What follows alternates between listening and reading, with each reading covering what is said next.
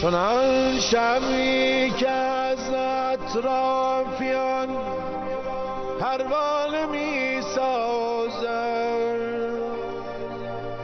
حسین ابن علی از عاقلان دیوانه می سازد. حریمش جای عرش و فرش را با هم عوض کرده که جبریل امین در بارگاهش لانه می سازد. طبیبان بارها گفتند این غم را علاجی نیست، دگر غیر از هوای کربلا برمان می سازد. یا قدیم الاحسان، یا قدیم الاحسان، یا حسین،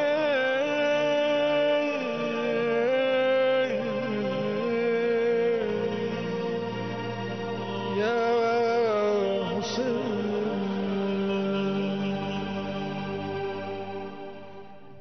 زائر اشک‌ها و انابه‌های توییم ای همه نجابت و ادب. زائر نفس نفس‌های توییم ای بانو حضرت زینب. به تو سلام میکنم ای هم نفس لحظه های قافله.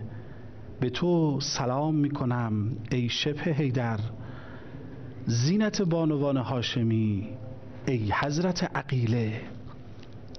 سلام بر تو ای آغوش گرم یتیم حسین، بانو حضرت رقیه. به تو سلام میکنم از دفاع مقدس 12 روزه، از لبخند کودک شهید 2 ماهه، از صلابت سردار حاجی زاده. به تو سلام میکنم بانو، از لحظه های همدلی و همنفسی، از شجاعت و غیرت سردار سلامی. نصرت خدا را دیدیم در لحظه های دلتنگی و مقاومت. پای کار حسین نشستیم با همه وجود، با غیرت، و باز هم یاد خدا رو در دلهای خودمون زنده میکنیم با یاد و عطر خوش بیرق و پرچم و علم، و باز هم نشستیم سر سفره یاد خدا به روایت محرم.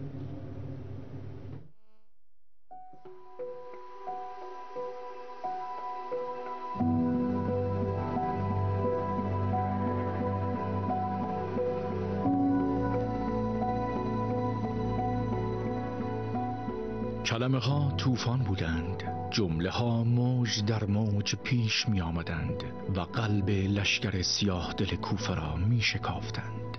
مرد انگار دریا بود، انگار کوه نهیب زد. فرومایه پسر فرومایه، مرا در دوراهی کشته شدن با شمشیر یا قبول خاری قرار داده است. اما هیهات که ما زیر بار ذلت و خاری برویم. کلمه ها از گلوی پسر بیرون می آمدند و رنگ صدای پدر را داشتند.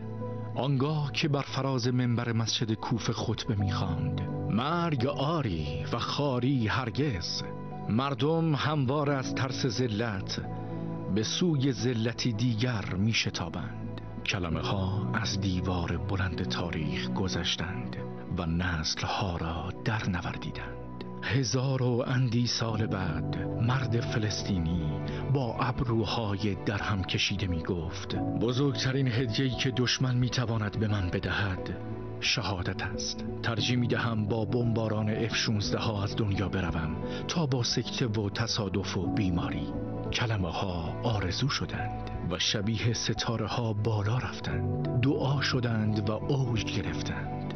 بعد به قامت مردی در آمدند که در آخرین دقیقه ها چشم در چشم پهباد دشمن روی مبل نشسته بود. کلمه ها آبرو بخشیدند تا خدا به قولش عمل کرده باشد. آنجا که توی کتابش گفته بود ایبتغون عندهم العزة فإن العزة لله جمیعا. آیا عزت را نزد کفار بیدین می جویند در حالی که عزت و آبرو یک سر دست خداست؟ کلمه ها هنوز ادامه دارند. توی روزنامه ها، توی اخبار، کلمه ها هنوز بر سر دوراهی ها نقیب میزنند. کشته شدن با شمشیر یا قبول خاری. ما ریزخوار سفره احسان سرمدیم. ما ریزخوار سفره احسان سرمدیم. از امت محمد و محبان حیدریم. مدح و ثنای آل محمد شعار ماست. دلبستگان دختر موسی بن جعفریم. ممنونم از این کارگردان با صفا که نام دلبستگی و ارادت به عمه جانمون حضرت فاطمه معصومه آمد. این نگاه ما رو گره زد به این پنجره های مقدس نورانی و آسمانی بانوی آب و آینه حضرت فاطمه معصومه سلام الله علیها. بله، باز هم مشرفید به قم، باز هم در حال زیارت و پر زدن در این صحن و سرای ملک باسبان هستی. زیارتتون قبول بشه. بهترین سلام ها رو به شما تقدیم میکنم. سلامی با عطر خوش زیارت فاطمه معصومه سلام الله علیها و انشالله که زیارتتون قبول باشه. باز هم با یاد خدا کنار شما هستیم سر سفره قرآن و اهل بیت و استاد عزیز ارجمند استاد دکتر حاج ابوالقاسم که دانای راز بزم ما هستند. پیش روی شما بشن عرض سلام، خوش آمد و البته تسلیت. آقای دکتر سلام، خیلی خوش آمدید. علیکم السلام و رحمت الله. بسم الله الرحمن الرحیم. من عرض سلام و ادب دارم محضر بینندگان عزیز و همچنین عرض تسلیت به مناسبت ایام و آرزوی بهترین ها برای همه دلدادگان قرآن و اهل بیت، کسانی که از طریق پنجره تلویزیون دلهاشون رو روانه حرم قم و صحن و سرای بانی و کرامت کرد. استاد ابوالقاسم خیلی ممنونم، تشکر میکنم از حضور شما. دیروز که محضر استاد ابوالقاسم بودیم سر سفره قرآن کریم از ایشون آموختیم که ان تنصروا الله ینصرکم. با هم صحبت کردیم، از شما یاد گرفتیم که آقا چطور میشه خدا رو یاری کرد. با اخلاق خوب، با رفتار خوب، با محبت کردن دست دیگران رو گرفتن، با دوری از رذایل اخلاقی، با قلبی با صفا میشه خدا رو یاری کرد. در محضر خدای سبحان قدم برداشت. حالا بریم ببینیم استاد ابوالقاسم برای ما چگونه میفرمایند که این ان تنصروا الله ینصرکم، نصرت خدا، یاری خدا چه شکلیه، چه رنگیه، چه مزه‌ایه و چطوری میتونیم رو حس بکنیم. آقا خدمت. بله، طیب الله انفاسکم. عرض کردیم که خدا در سوره مبارکه محمد صلی الله علیه و آله و سلم آیه 7 فرموده است یا ایها الذین آمنوا ان تنصروا الله ینصرکم. به قول ما طلبه ها این یک قضیه شرطیه است، شرطی داره و جزایی داره. اگر خدا رو یاری کنید خدا شما رو یاری میکند. قطعا. اگر شرط محقق بشه جزا یقینا محقق بشه، چون وعده خدای لا یخلف المیعاد است. منتها نکته مهم اینه که نصرت خدا به چه معناست، ما چجوری خدا رو یاری کنیم، که دیروز صحبت کردیم، نکاتی عرض کردیم، حضرت علی هم اشاره کردید، استفاده کردیم. عرض شد این که ما یک جامعه به هم پیوسته و منسجم داشته باشیم. این نصرت خداست، چون خدای متعال انقدر بندگانش رو دوست داره، کمک به بندگانش را کمک به خودش قلمداد میکنه. بله.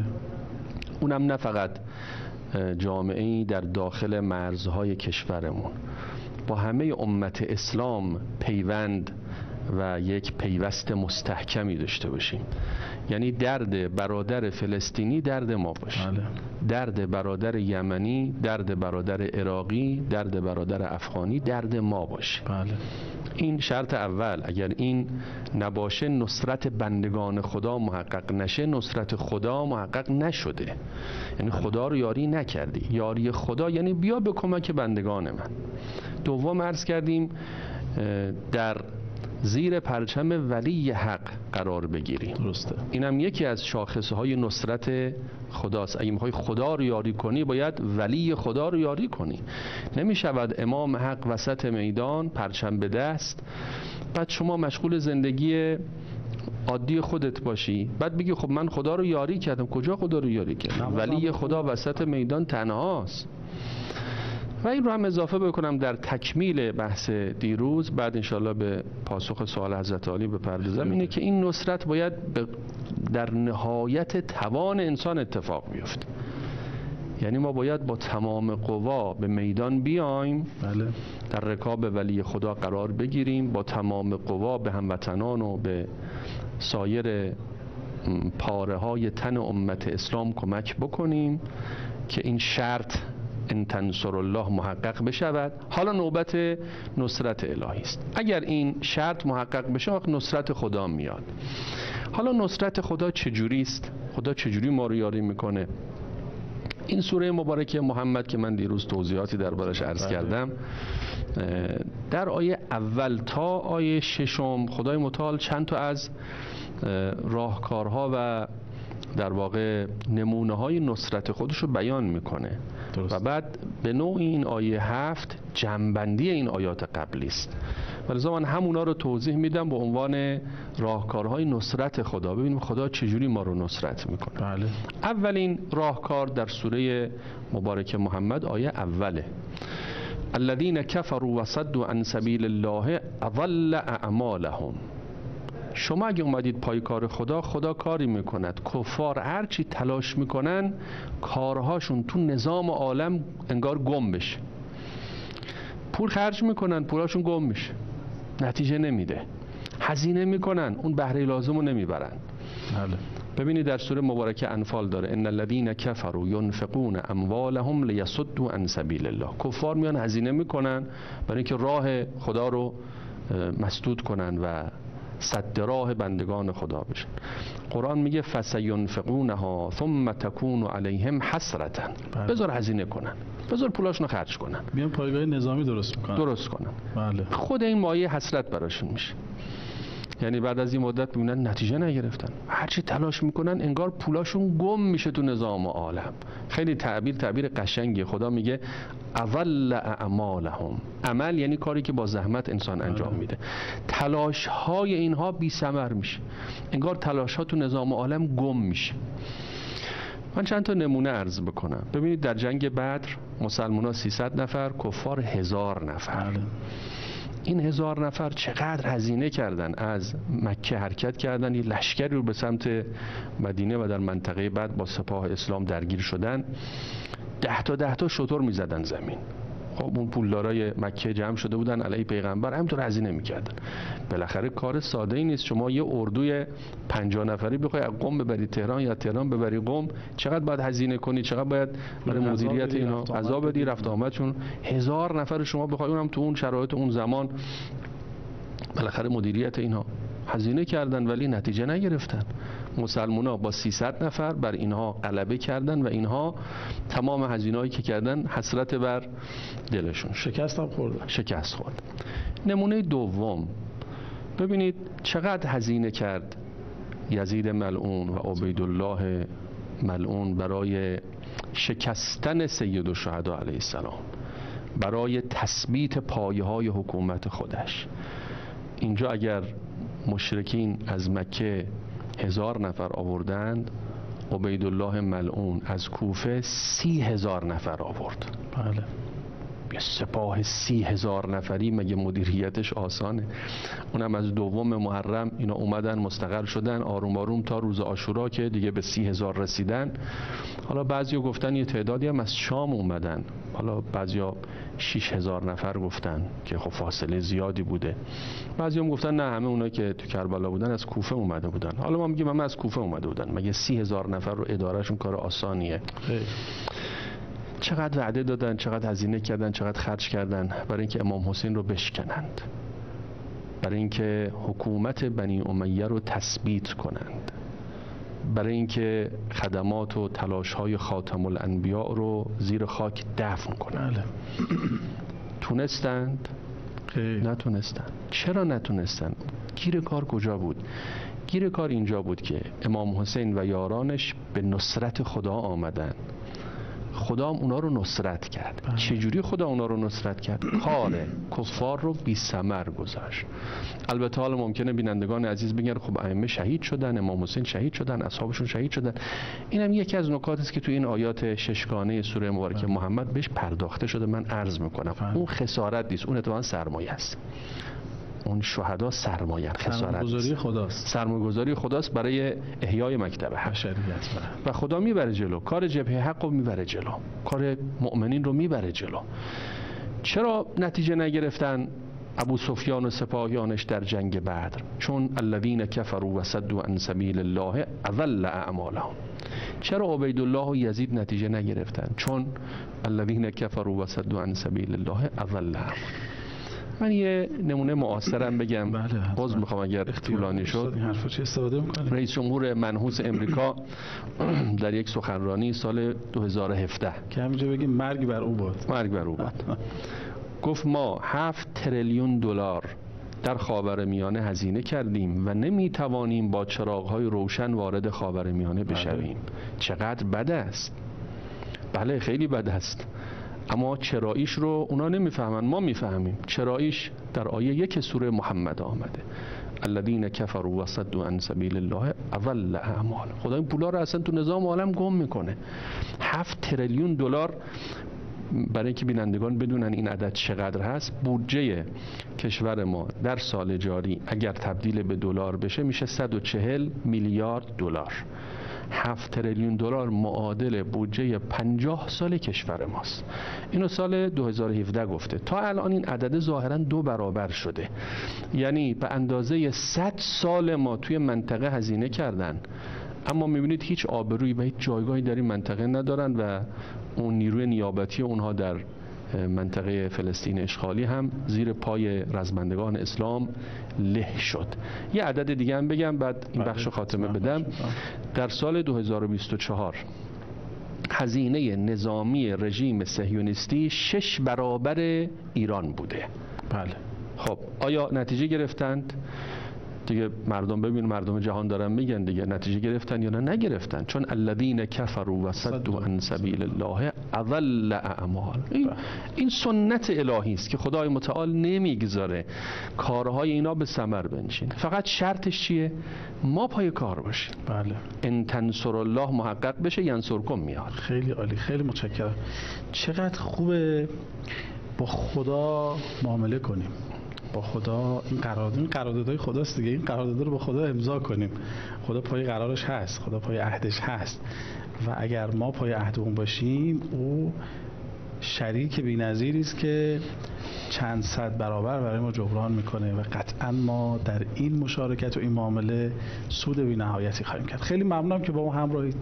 یاد خدا رو داریم در دل و جانمون زنده بکنیم، اما به روایت محرم و نفسی بکشیم در صحن و سرای با صفای حضرت فاطمه معصومه، دلی سبک بکنیم در زیارت و باز هم کنار شما خواهیم بود با یاد خدا.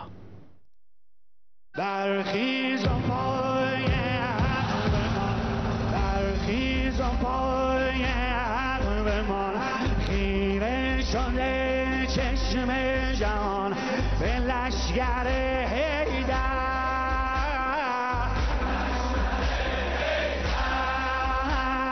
پرچم به دست پیر و جوان، پشت سر صاحب زمان، تا خیبری دیگر،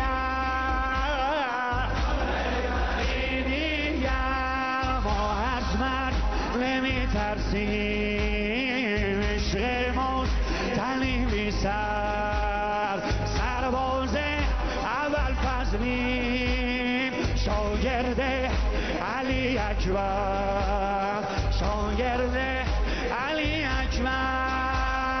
صهیون صهیون ما نسل حیدر کراری، صهیون صهیون ما چشم همیشه بیداری، صهیون صهیون دست از سر تو بر نمیداری، صهیون صهیون دست از سر تو بر نمیداری.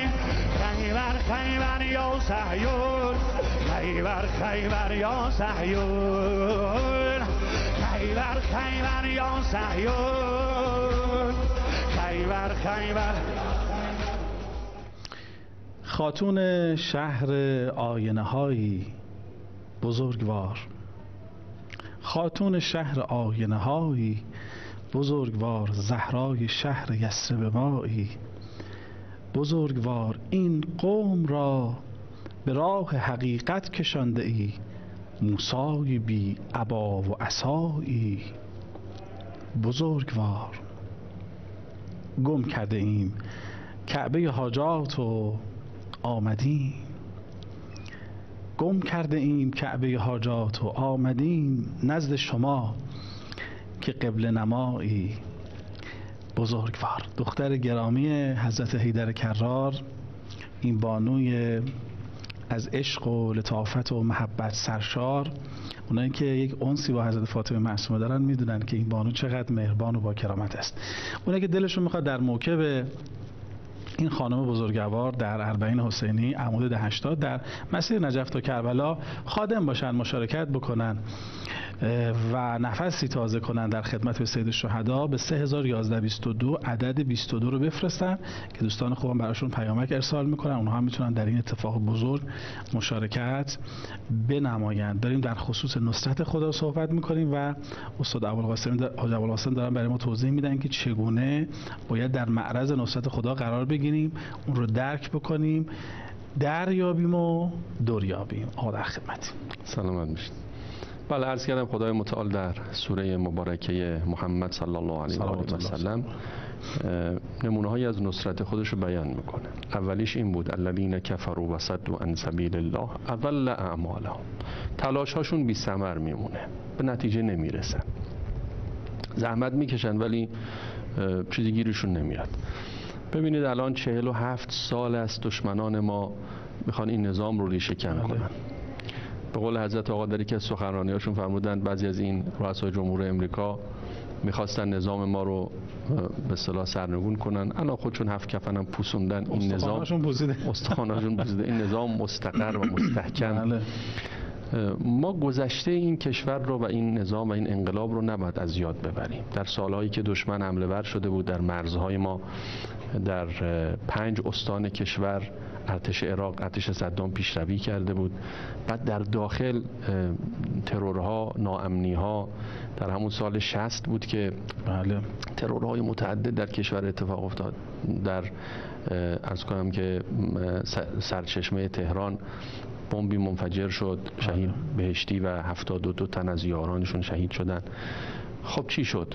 این همه زحمت کشیدن، این همه کار کردن، این همه تلاش کردن، این همه هزینه کردن، نتیجه نگرفتن. بله خب نتیجه نمیگیرن. الان امام حسین علیه السلام ببینید چه جایگاهی در عالم پیدا کرده. اینا میخواستن امام حسین رو در واقع دفن میکنن. زینب کبرا سلام الله علیها در کاخ یزید فرمود کت کیدک وسع سعیک، هر چه میخوای تلاش بکن. فرمود که لا تمحو ذکرنا، نمیتونی یاد ما رو از نظام عالم پاک بکنی. ولا تمیتو وحینا ولا تدرکو امدنا، پایان ما را نخواهی دید، پایان ما را نخواهی دید. گفت هرگز نمیرد آن که دلش زنده شد به عشق، ثبت است بر جریده عالم دوام ما. مگه میتونن نور حق رو خاموش بکنن؟ تعبیر قرآن ببینید چقدر قشنگه، میگه یریدون لیطفئوا نور الله بافواههم، میخوان با دهنشون نور خدا رو خاموش کنن. مثل کسی که فوت میکنه میخواد خورشید رو مثلا خاموش بکنه. والله متم نوره. مگر میتوانند امریکا و همپیمانانش و رژیم صهیونیستی نادان و کودن رو انداختن جلو 10 برابر اینم تلاش بکنن؟ مگه میتونن نور حق، نور پیغمبر اکرم، نور امیرالمؤمنین، نور اهل بیت، این کشور امام زمانه، این کشور من و شما و ما 80 میلیون 90 میلیون نیست. ما بخشی از کسانی هستیم که در این کشور داریم زندگی میکنیم. قبل از ما خیلی دیگه بودن، بعد از ما خیلی دیگه اون صاحب اصلی این کشور آقا امام زمانی که داره این کشور رو میبره انشالله به سمت قله های ظهور، مگه میتونن مقابل این جریان بایستن؟ امام حسین رو میخواستن نورش رو خاموش بکنن، چه کردن؟ این همه جنایت کردن. اما ببینید امروز من چند تا جمله بخونم از بعضی از اندیشمندان جهان. گاندی میگه اگر هند بخواهد کشوری پیروز باشد باید از سرمشق امام حسین پیروی کند. بله. بعد از 1300 1400 سال. محمد علی جناح رهبر مسلمانان پاکستان میگه به عقیده من تمام مسلمین باید از سرمشق امام حسین که خود را در سرزمین عراق فدا کرد پیروی کنند. یک شرقشناس انگلیسی است به نام پروفسور ادوارد براون. بله. میگه آیا قلبی پیدا می شود که وقتی درباره کربلا سخن می شنود آغشته به حزن و اندوه نشود؟ این امام حسین ماست. امروز شما ببینید سرتاسر جهان در دهه محرم و بلکه تا آخر ماه صفر این عزای امام حسین علیه السلام و پرچم عزا بالاست. چه کرده امام حسین که این پیاده روی اربعین ده میلیون، حداقل 20 میلیون یا شاید بیشتر از سرتاسر جهان بلند میشن میان در این سرزمینی که امکانات رفاهی اونچنانی نداره، آب و هوای خیلی دلپذیری نداره، اصلا هیچ زیرساختی نداره. اجازه دیگه. ببینید اگه میخواید این آیه رو بفهمید که الذین کفروا و صدوا عن سبیل الله اضل اعمالهم این چجوریه، پاشید بیاید اربعین. بله. اونجا میفهمید چجوریه. یزید، عبیدالله اینا چی کار کردن؟ میخواستن از امام حسین هیچ نامی نماند. خدا لعنتشون بکنه. به خیال خودشون اگر جسم سید الشهدا رو مثلا قطعه بکنن، ببخشید گفتنش سخته، اگر اسب بر ابدان مطهر سید الشهدا بدوانند که استخوان‌های بدن سید الشهدا رو خرد کنند، این بدن رو زیر سم اسبها قرار بدن و تکه تکه کنند، فکر کردن میتونن امام حسین رو از بین ببرن. مگه امام حسین از بین رفتنیه؟ روز به روز خدا عزت امام حسین رو بیشتر کرده، عاشقانش بیشتر میشه. من یه سفری رفته بودم این موقع اروپا برای تبلیغ، چند سال قبل دعوت کرده بودن جمعی از دوستان در یکی از کشورهای اروپایی، حسینی داشتن. ما رفتیم برای سخنرانی. بعضی از اون هسته اصلی میزبانان ما اینا پزشک بودن، پزشک جراح بودن یا پزشک جراح قلب بودن یا از پزشکان معتبر در اون کشور بودن که میگفتن مردم این کشور گاهی ماه‌ها تو نوبتن تا این پزشک ایرانی اونها رو ویزیت بکنه. من دیدم اون پزشک عزیز که از دوستان ما بود نمیاد تو جلسه. گفتم کجاست؟ گفتن تو آشپزخونه. گفتم چیکار میکنه؟ گفتن ایشون خودشو وقف کرده در این دهه محرم تو آشپزخونه حسینیه کار بکنه برای پخت و پز و بالاخره شستن ظرفا برای زائرین امام حسین علیه السلام. جراحی که مردم اروپا برای ملاقات ایشون و برای اینکه ایشون اونها رو ویزیت بکنه ماها باید منتظر باشن، به صورت گمنام و با افتخار میاد وای میسه تو آشپزخونه حسینیه برای زائران امام حسین علیه السلام آشپزی میکنه یا ظرف میشوره. شما میخواید نام امام حسین رو خاموش کنید، شما میخواید نور امام حسین رو خاموش، مگه میشه؟ حضرت آقای جوادی، نور ملت ایران نوری است که به برکت امام حسین پرفروغ شده.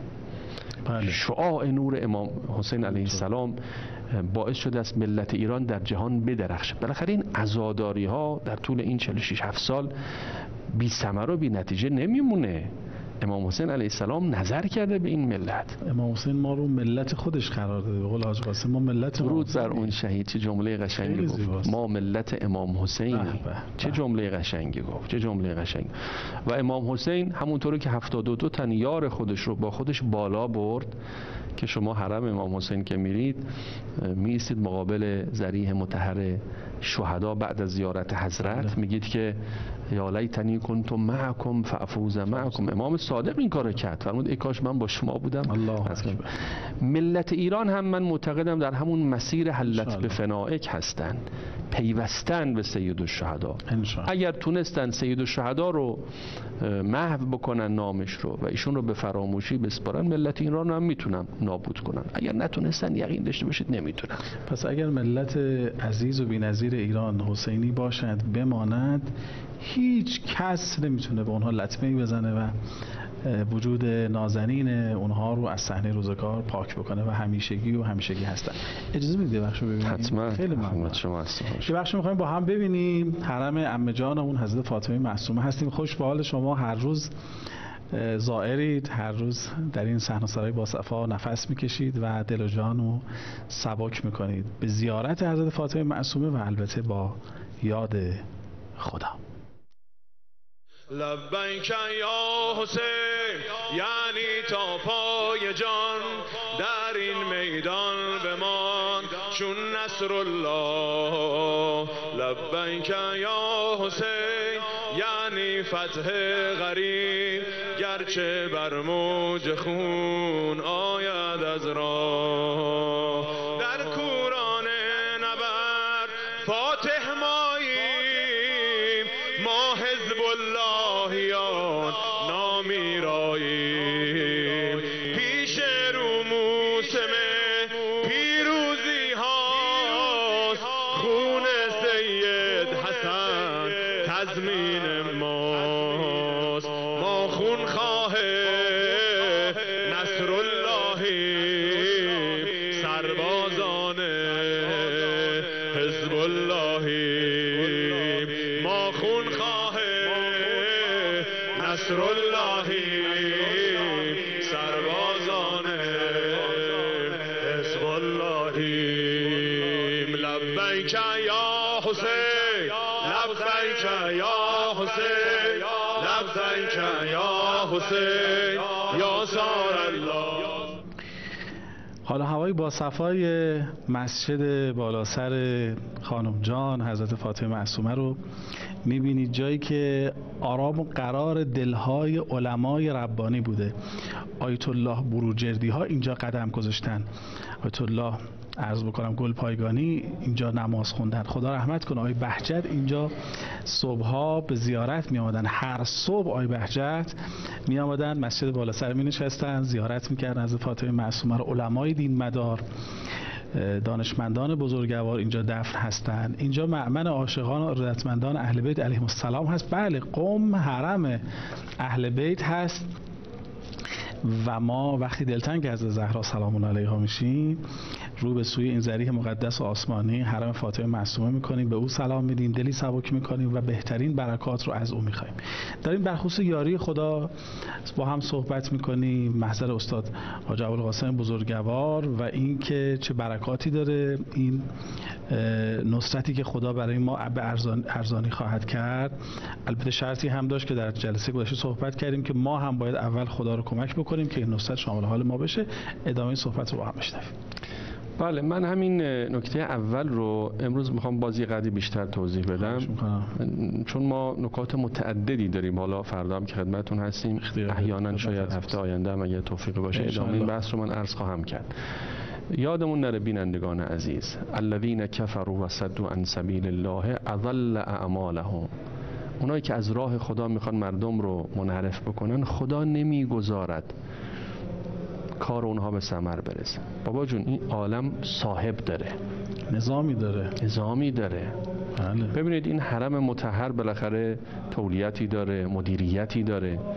یک کسانی بخوان برخلاف مسیر اصلی این حرم مثلا یه اقداماتی اینجا انجام بدن، خب نمیگذارن، مسئولین اینجا نمیگذارن.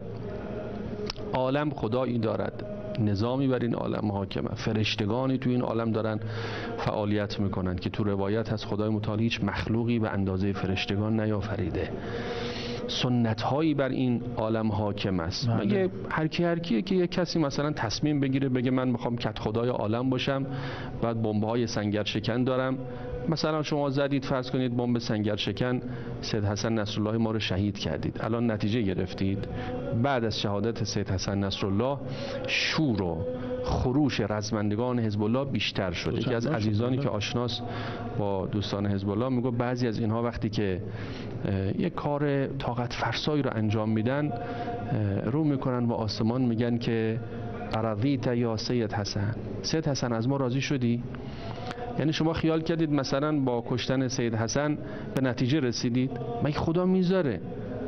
خدا شور و حرارت رو در دل مؤمنین پرفروغ‌تر میکنه. اگر میخوایم این آیه رو بفهمیم بریم کنار حرم مطهر حضرت مسلم ابن عقیل سلام الله علیه. ببینید در پشت حرم حضرت مسلم ابن عقیل بقایای کاخ ویران شده عبیدالله ابن زیاد هنوز هست. دارالحکومه بله، کوفه که اونجا میگن بالاخره دارالحکومه بوده و عبیدالله اینجا حکومت. معروفه توی مقاتل همه شنیدن که از بالای بام قصر پیکر مطهر حضرت مسلم ابن عقیل رو انداختن پایین. بله. سر مطهر رو از بدنش جدا کردن. تا چند روز این پیکر همینطور رو زمین بود، کسی جرأت نمیکرد بیاد این پیکر رو برداره. بعد عده‌ای آمدن پیکر رو در همون پای دیوار قصر دفن کردن. قصر بزرگی بود، پای دیوار قصر یک شهید مظلوم بیسری دفن شد.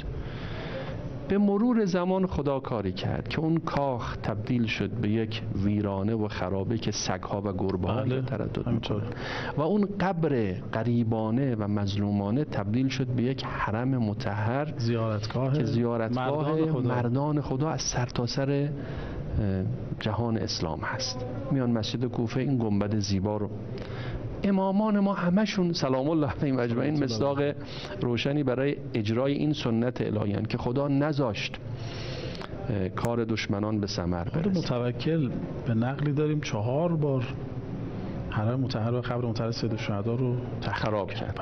آب بس شخم زد. الان این متوکل کجاست؟ کجاست متوکل؟ یا مثلا مأمون علیه اللعنه آقامون علی ابن موسی رضا علیه السلام کشون به مشهد که مثلا در این شهر حضرت رو تحت سیطره خودش بگیره و اجازه نده که نور حضرت در جهان اسلام فروغ پیدا بکنه و این شعاع نور رو مثلا خاموش بکنه چون احساس خطر میکرده. الان کجا رفت این مأمون؟ الان حتی حضرت رو به شهادت رسون. بله، امروز امام رضای ما از زمان حیاتش به مراتب بزرگتره. عالمگیره واقعا همینطور. من حالا این مثالایی تو ذهنم میاد. شهید حاج قاسم سلیمانی خودمون، سردار دلها، خیلی مرد بزرگی بود زمان حیاتش. بله. اما امروز صدها برابر بزرگ شده. نمیدونم کرمان تشریف بردید یا نه؟ من متاسفانه نتونستم برم قبر مطهر این شهید. من چند دفعه قسمت شده رفتم، هر وقت رفتم دیدم اونجا پر زائره. بله. یه بار زمستون بود، نیمه شب، یعنی پرواز که نشست مثلا 12:01 نصف شب بود، گفتم حالا الان بریم شاید یه خلوت باشه کسی نباشه. حضرت آقای جوادی نیمه شب تو زمستون رفتیم سر مزار شهید سردار سلیمانی، دیدیم باز ملت اونجا ایستادن طرف. یعنی خدا چه محبوبیتی میده به کسانی که در مسیر خودش دارن حرکت میکنن و تلاش های دشمنان رو بی ثمر میکنن. و این نصرت خداست. این نصرت خداست. الذين كفروا وصدوا عن سبيل الله اضل اعمالهم. نقطه مقابلش که من فقط طرح بحث بکنم، فردا ان شاءالله بیشتر توضیح بدم. والذین آمنوا وعملوا الصالحات و آمنوا بما نزل علی محمد و هو الحق من ربهم کفر عنهم سیئاتهم و اصلح بالهم. همونقدر که خدا کار میکند که تلاش‌های کفار بی ثمر بشود، در نقطه مقابل زیر پر و بال مؤمنین رو میگیره. بله. خطاهاشون رو خدای متعال کم اثر میکنه. کفر عنهم سیئاتهم، میدونه سیئات معنی لغزش هاست، بدی هاست. این بدی ها رو خدا میپوشونه. یعنی ممکنه ما تو مسیرمون حتی اشتباهاتی داشته باشیم، تو مسیر مبارزمون خطاهایی داشته. خدا کاری میکنه اینو کم اثر بشه. این فقط به این معنا نیست که گناهان رو خدای متعال میبخشه، این درسته، خدا گناهان مؤمنین رو میبخشه، اثر گناه رو هم بر ما کم، اثرش هم کم میکنه و حتی اثر اشتباهات رو کم میکنه. ما ممکن تو مسیر مبارزه اشتباهاتی داشته باشیم، تو تشخیصمون، تو خدا کاری میکنه کم اثر بشه اشتباهات ما. کفر عنهم سیئاتهم و اصلح بالهم. بال به معنی حال و روزه. بله. حالا اگر بخوام یه کلمه‌ای به کار ببرم خود شبیه کلمه بال باشه، میگه خدا زیر پر و بالشون رو میگیره. بله. خدا حامی مؤمنانه، زیر پر و بالشون رو میگیره. یک دو دقیقه فرصت. حالا من انشالله میخوام فردا نمونه‌هایی از همین اصلاح بال یا سامان دادن کار مؤمنان رو عرض بکنم که خدا چجوری این کار رو. چند تا راهکار هست، اینا رو دونه دونه عرض میکنم. 6-7 تا راهکاره. مثلا خدا امنیت و آرامش به مؤمنین میده و در نقطه مقابل رعب و وحشت تو دل کفار میندازه. یکی از جلوه‌های نصرت خدای متعال. این حالا هر کدوم با تکیه بر شواهد تاریخی، مخصوصا اشاره‌ای به حضرت سید الشهدا و حرکت ایشون، انشالله این آیات رو توضیح عرض خواهم. خیلی متشکرم. استاد حاج ابوالقاسم، یادم اومد که بهترین و بالاترین چیزی که ما از رفیق خودمون انتظار داریم نصرت و یاریه و یا رفیق من لا رفیق له.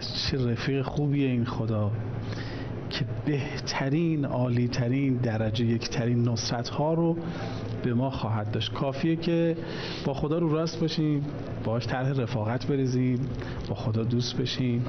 رفیق خیلی خوبیه، رفیق خیلی بی‌نظیریه. برای امام حسین که برای او سنگ تمام گذاشت، خدا سنگ تمام گذاشت. خدا همه جلوه نصرت خودش رو برای امام حسین به قول معروف به خط کرد که امام حسین عزیز عالم بشه، چرا که او عزیز خداست. خیلی متشکرم. سلامت باشید. دست شما درد نکنه. دستتون گرم. استاد حاج ابوالقاسم عزیز بزرگوار، ممنونم که با ما همراه بودید. یاد خدا دل و جان آدم رو آرام میکنه.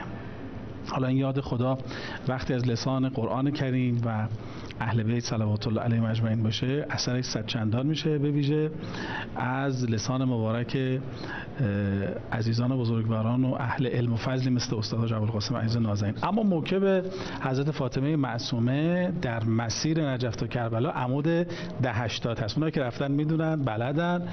اگر میخواید توی موکب مشارکت بکنید به 301122 فقط عدد 22 رو بفرستید. دوستان خوبم در آستان مقدس حضرت فاطمه معصومه برای شما پیامک ارسال میکنن. نحوه مشارکت شما در این اتفاق بزرگ خدمتتون راهنمایی خواهند کرد. خیلی ممنونم که با ما همراه بودید. دلتون پر از یاد خدا. با حضور استاد حاج ابوالقاسم عزیز بزرگوار در محضر حضرت فاطمه معصومه با شما خداحافظی میکنم و شما رو به خدای سبحان میسپارم. یا علی مدد. خدا نگهدار. السلام علیک یا بنت رسول الله، السلام عليك يا بنت فاطمة وخديجة، السلام عليك يا بنت أمير المؤمنين، السلام عليك يا بنت الحسن والحسين، السلام عليك يا بنت ولي الله، السلام عليك يا أخت ولي الله، السلام عليك يا عمة ولي الله، السلام عليك يا بنت موسى بن جعفر ورحمة الله وبركاته.